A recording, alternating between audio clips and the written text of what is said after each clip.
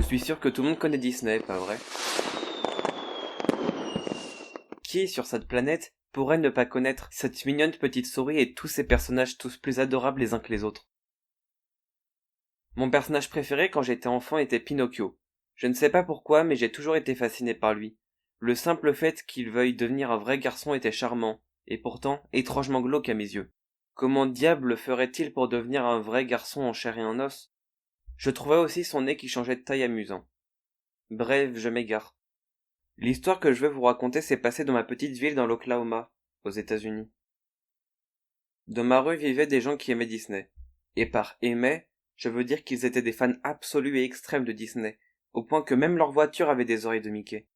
Je n'avais jamais vraiment eu l'occasion de leur parler, et ils me semblaient plutôt sympathiques. Mais d'après ce que j'avais entendu d'autres personnes, ils étaient très étranges. Tout ce dont ils parlaient était Disney. J'avais même entendu une histoire au sujet d'un homme qui avait essayé de les expulser. Il a été retrouvé mort quelques jours plus tard. La police l'a retrouvé gisant par terre, entouré d'une substance verte visqueuse. Ils n'ont rien trouvé d'autre. Aucun indice, en dehors de cette substance étrange. Comme n'importe quelle histoire de meurtre dans une petite ville, elle avait fait la une des journaux. Généralement, je ne remets pas en doute ce que je vois aux infos, mais cette fois-ci, quelque chose me chiffonnait. J'avais l'impression que tout ce qu'il disait était un ramassis de bêtises. Je ne savais pas qui ou quoi l'avait tué, mais la principale interrogation dans mon esprit était cette substance visqueuse, dont les journaux n'avaient pas parlé. Qui prendrait la peine de recouvrir un corps avec ça? Et pourquoi? J'admets que cette histoire m'avait effrayé à l'époque, et pendant plusieurs nuits, je n'avais pas réussi à trouver le sommeil. Quelques jours plus tard, alors que la ville était toujours bouleversée par cet événement, mes voisins fans de Disney ont disparu. Personne ne savait pourquoi. Ils s'étaient juste volatilisés, sans raison apparente. La police n'a jamais pu les retrouver, et n'a donc jamais pu les interroger correctement. Cette histoire date de plusieurs mois maintenant, et rien de nouveau n'a été trouvé depuis. L'enquête est toujours en cours de ce que j'ai entendu dire. Ce que je vais vous raconter n'est pas en lien direct avec cette affaire, mais ça concerne la maison des fans de Disney. J'avais entendu dire que dans cette maison, ils avaient laissé derrière eux quelques trésors. Et l'un de ces trésors était une grande poupée Pinocchio. Évidemment, dès que j'ai entendu parler de cela, l'enfant en moi s'est réveillé et j'ai été submergé par le désir de posséder ce jouet. J'ai pensé que ce serait mal d'aller là-bas et le voler. Mais j'ai commencé à changer d'avis quand deux types de mon quartier m'ont appris qu'ils y étaient allés et avaient récupéré des objets qu'ils avaient pu revendre à prix d'or. S'ils avaient réussi à y aller, je le pouvais aussi. Pas pour les mêmes raisons en revanche, car je ne cherchais pas à revendre quoi que ce soit. Je voulais juste récupérer une poupée de mon personnage préféré. J'ai débattu cette idée dans ma tête pendant plusieurs jours. Ma conscience luttait contre mon envie, mais au bout du compte, j'ai fini par céder. Je pouvais plus résister. J'ai saisi l'occasion suivante qui s'est présentée. Le lendemain de ma décision, et environ une semaine après avoir parlé avec les deux types, tout s'arrangeait parfaitement. Une opportunité s'est présentée au moment même où j'ai décidé d'y aller.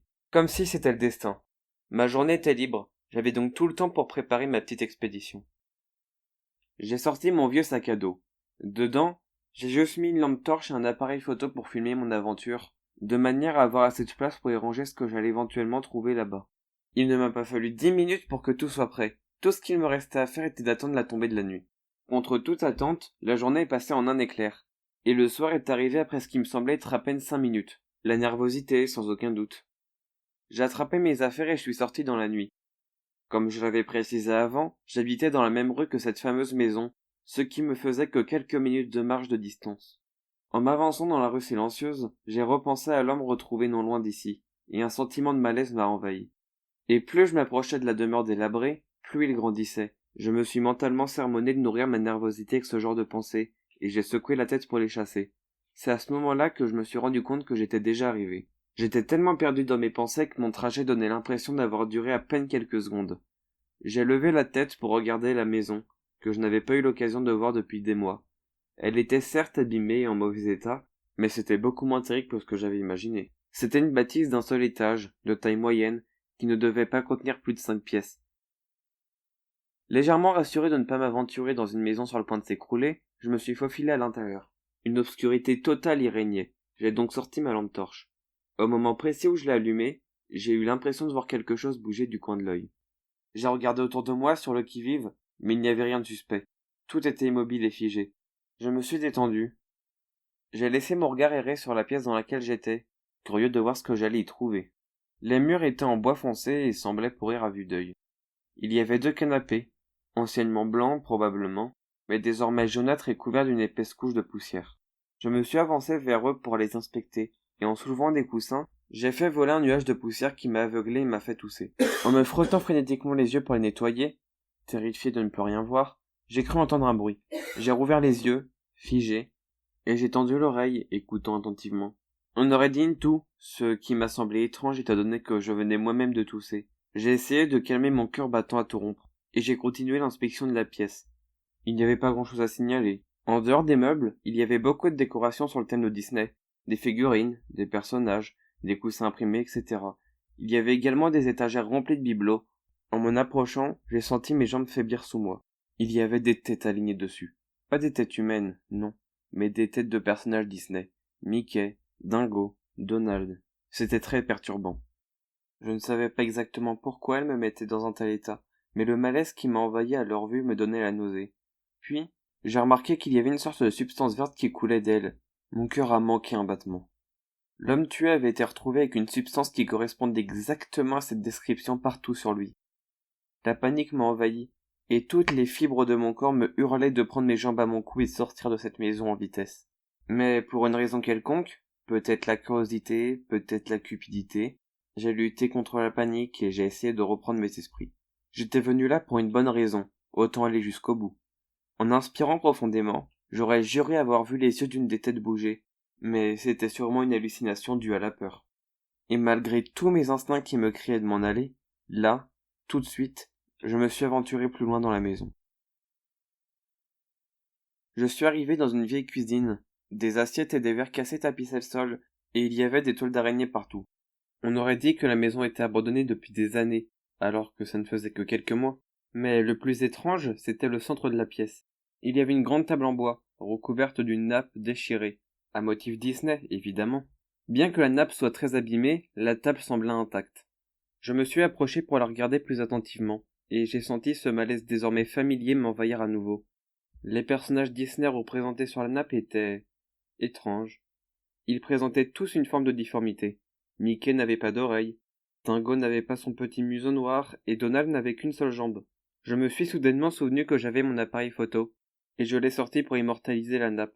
Le flash a illuminé le tissu, mettant davantage en valeur les difformités des personnages. C'était malsain et tordu, et je commençais vraiment à me demander quel genre de personne vivait là. Alors que je mettais mon appareil photo autour de mon cou, luttant toujours contre l'envie de m'enfuir, j'ai brusquement senti une présence derrière moi. Je me suis figé, paralysé par la peur, incapable de me retourner pour voir qui ou quoi était derrière moi. Je suis resté comme ça pendant de longues secondes, me demandant si j'allais mourir, avant de trouver la force de me retourner lentement. Rien. Il n'y avait rien ni personne, et pourtant, la présence ne s'estompait pas. J'avais vraiment l'impression que je n'étais pas seul. Je devais sûrement imaginer des choses avec toute cette angoisse qui me submergeait. Je me demandais si je ressortirais d'ici avec ma santé mentale intacte. J'ai dû rester dans cette cuisine pendant un long moment avant d'avoir le courage de poursuivre. Je suis retourné dans le salon avec les têtes sur les étagères, et j'ai pris un couloir vers la droite. Il était dans un triste état. La peinture s'écaillait, le plafond était fissuré, et il y avait même un endroit où il s'abaissait, comme s'il était sur le point de s'écrouler.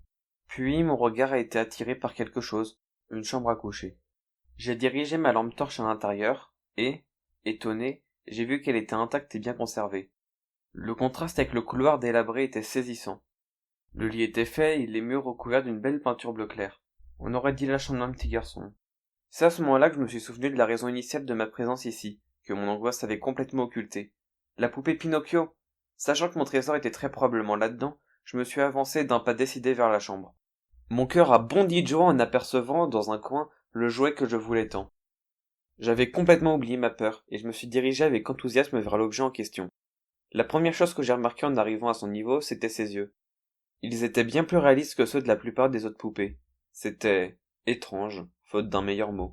Il y avait également la même substance verte que celle des têtes dans le salon qui coulait de ses yeux et son nez. Ma curiosité était de plus en plus piquée, et je me demandais ce que ça pouvait bien être. Mu par une curiosité irrésistible, j'ai tendu le bras et j'ai collecté un peu de cette matière au bout du doigt. La texture me disait rien.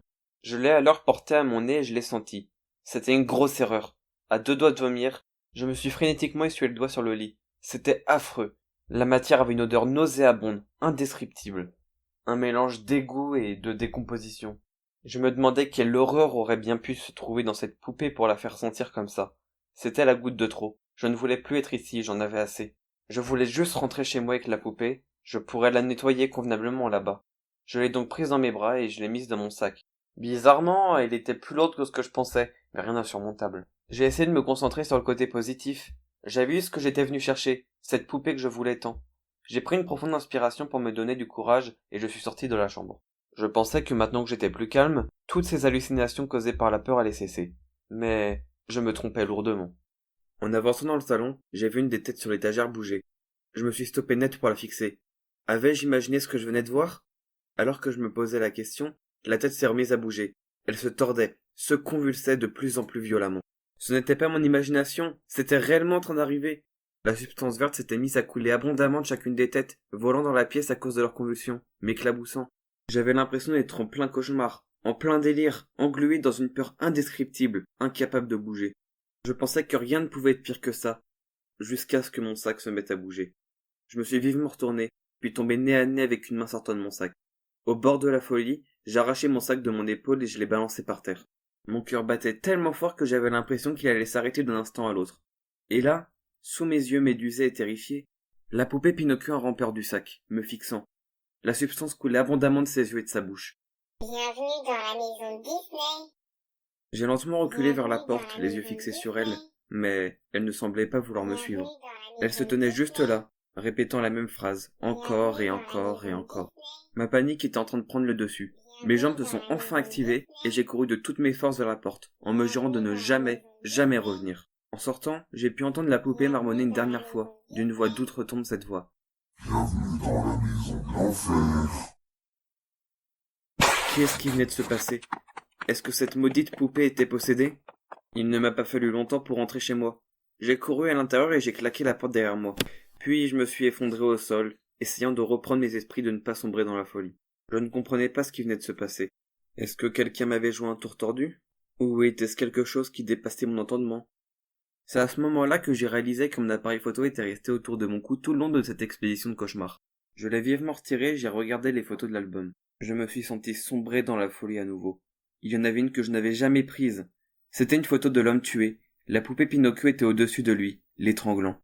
La substance visqueuse s'échappait de ses yeux, sa bouche, ses mains, et recouvrait intégralement le pauvre homme. Je n'arrivais pas à croire ce que je voyais. Mon esprit était en train de me jouer des tours. Il n'y avait aucune autre explication. Furieux, j'ai fracassé l'appareil contre le mur, et j'ai piétiné les morceaux. Je ne voulais plus jamais entendre parler de cette maison. Je voulais juste oublier tout ce qui s'était passé. Je n'ai pas tardé à déménager dans un autre état après cette histoire. Je voulais m'éloigner le plus possible de ces monstruosités.